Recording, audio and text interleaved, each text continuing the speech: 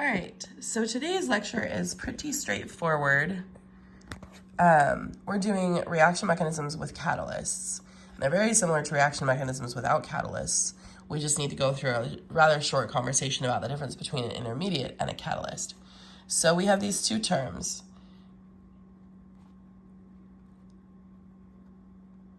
Intermediate, and then a catalyst. So remember, an intermediate is like a temporary compound that's created in the middle of a reaction, but by the time the reaction is finished, it's gone. So it is both created and used up. Okay? A catalyst, on the other hand, is something that is added to the reaction to make it go faster. And then it is, it's fully present. In other words, it doesn't really get used up at the end. Okay? So an intermediate is going to cancel out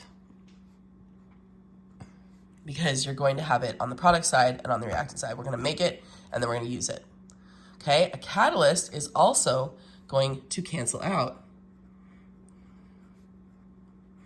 because we start with it, but then we end with it. So it's not really part of the reaction at all. It's just there to make the reaction go faster. Okay? So the major difference in what you're going to see in the reaction mechanism is that an intermediate is going to start out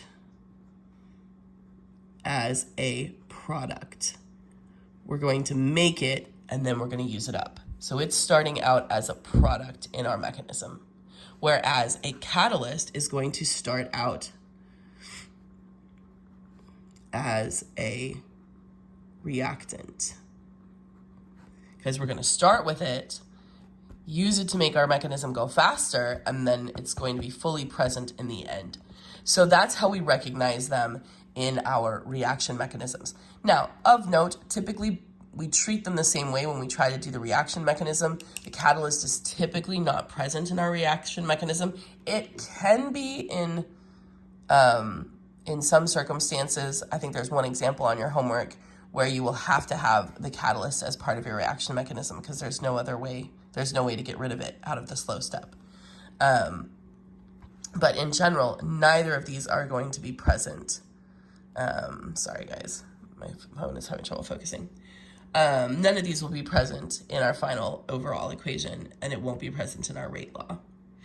All right, so let's just do a really basic example. Let's say I have A plus B yields C plus D, and then D plus E yields B plus F.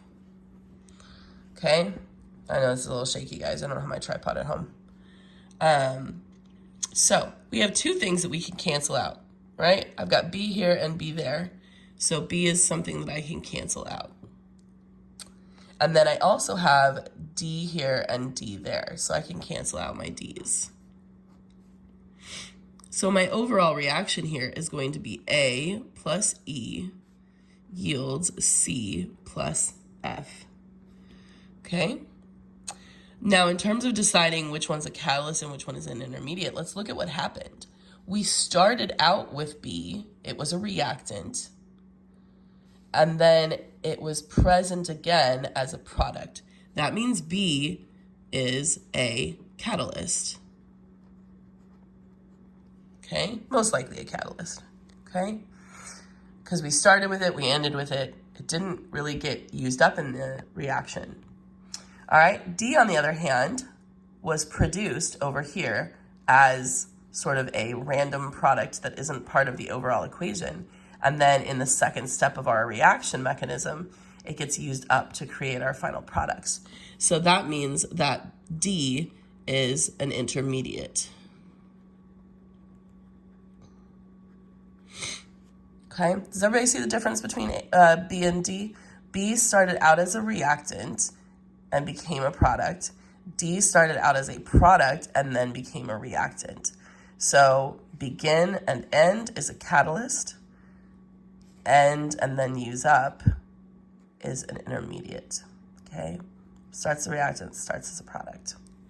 All right, so let's look at an actual equation.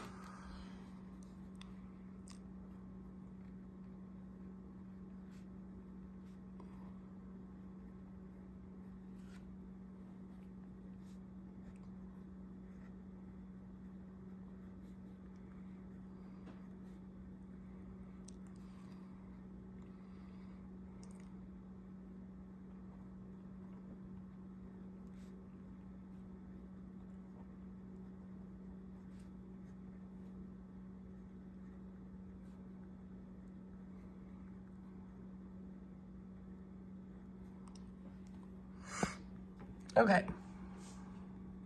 So we have Cl gas plus O3 gas yields O2 gas plus ClO, and then we have ClO plus O3 yields 2O2 and Cl.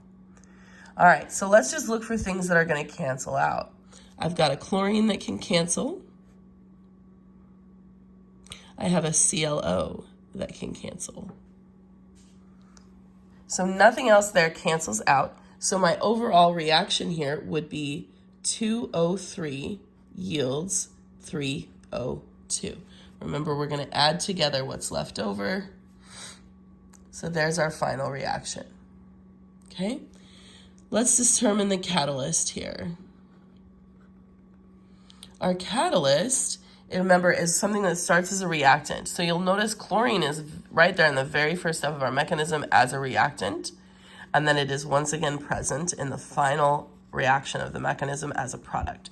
So chlorine is present at the beginning and present at the end. It does not get used out. That makes chlorine a catalyst. Okay? The ClO, on the other hand, it started out as a product over here, and then it became a reactant again to get used up before the end of the reaction. So it is not present at the end. So ClO is going to be an intermediate.